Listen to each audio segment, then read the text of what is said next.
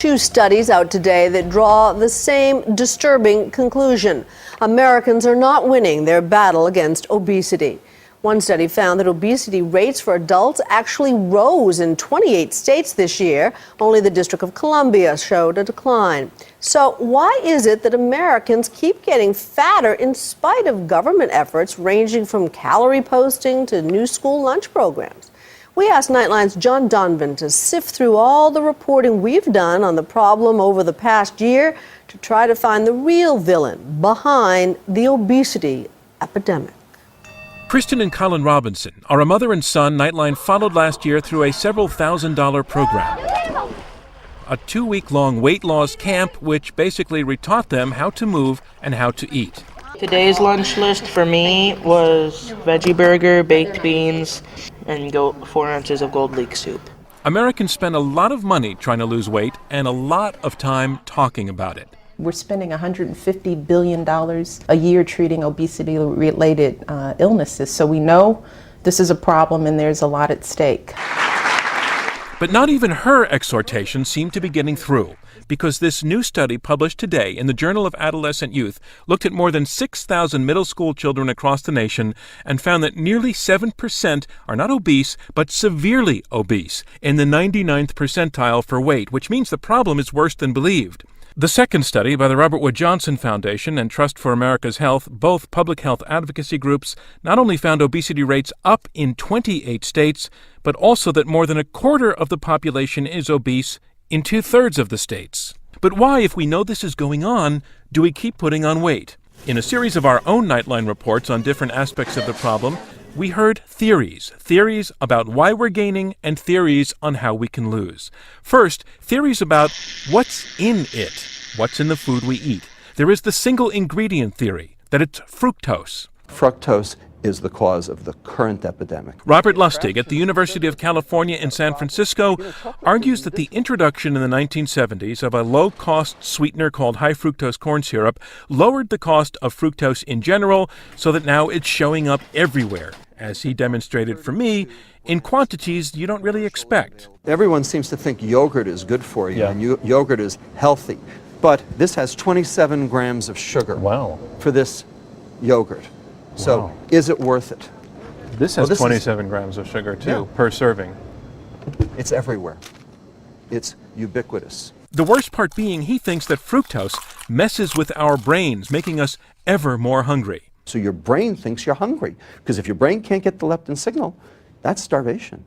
Feels like starvation. Feels like starvation. He has his opponents, however. Consumers should know that fructose is a sugar, and a sugar is a sugar, whether it comes from cane or corn or beet, and that Mother Nature gave us fructose in all the fruits and vegetables that we eat, but also in combination with another simple sugar, glucose. That has high fructose corn syrup in it. And? Yeah, you know what they say about it? Like what? This is an ad created by Audrey Erickson's group, the Corn Refiners Association. And in a funny way, they agree with Dr. Lustig, who says there is no difference between high fructose corn syrup and sugar. But Lustig says the level of obesity in America began to climb around the very time that the food industry started using lots of high fructose corn syrup, because he says it's just so cheap and so readily available and therefore so everywhere.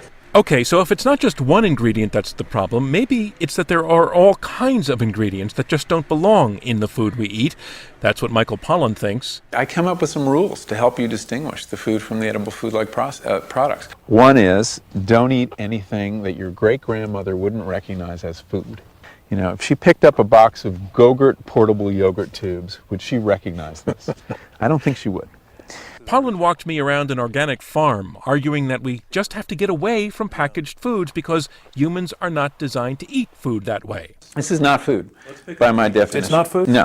If you look at processed food, the 3 buttons that are consistently pushed by the food scientists are sweet, fat, and salt. Our bodies are not well adapted to the food environment we're in. There's a disconnect now between what we evolved to like and what's now available to us. Whole grain guaranteed. I mean, Quaker produces oats, right? Then there is another category, how they sell it, the food we eat. New York Times food writer Mark Bittman took issue with the green check mark, a symbol introduced by several food makers last year to indicate that these items were smart choices for people who wanted to start eating better. Froot Loops, of course, has no fruit in it, just to set the record straight. I mean, it has more sugar per serving than many cookies. When sugar is 40% by weight of the product, what is the product? The product is dessert. It's not breakfast cereal, it's dessert. But there's actually added vitamin A and vitamin C and fiber. But you can put vitamins and minerals in garbage and it'll meet the nutritional requirements as long as the garbage is low in fat, basically. Again, there was another point of view.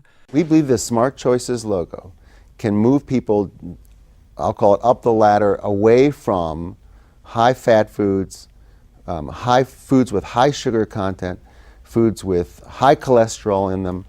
I think we can move people by gradually saying, you know, this is a smarter choice than you've been taking before. But it was not long after this broadcast that the green checkmark program was dropped. Then there's a whole set of theories built on how we eat it, which several of our reports found is mostly without thinking.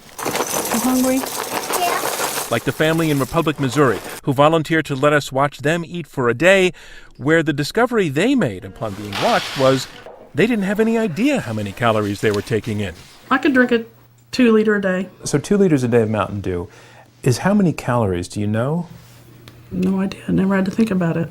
And the family in West Virginia, where there are 11 brothers and sisters and everyone has diabetes, and they know the smart way to eat, they just don't seem willing to stick to it. Which brings us finally to all the reports we've done on what we should be doing about this. We went to a school in Wyoming where they not only started limiting portion sizes and pushing fruits and vegetables, they also began to put the kids' body mass index on their report cards. We visited Albert Lea, Minnesota, that was trying out several ideas proposed by Dan Buettner, who has studied how healthier communities around the world do it. The local restaurant changed its menu. The kids started going to school this way, the walking school bus, they call it, instead of the real one. Here's your breakfasts. We profiled British chef Jamie Oliver and his TV series, devoted to getting Huntington, West Virginia, to lose weight. I need you to know that this is going to kill your children early. Yeah, we're talking about 10, 13, 14 years off their life. And back to that family in Republic. So let's see how many 3/4 cup servings are in this bowl. We got them in touch with a nutritionist who taught them a lot they didn't know before about portion control. Oh no. Results? Well, we do know this, that in Republic at least, the mom has lost 18 pounds and her husband 36, which shows it can be done, but you have to try. And maybe there just isn't enough of that going on. I'm John Donvan for Nightline in Washington.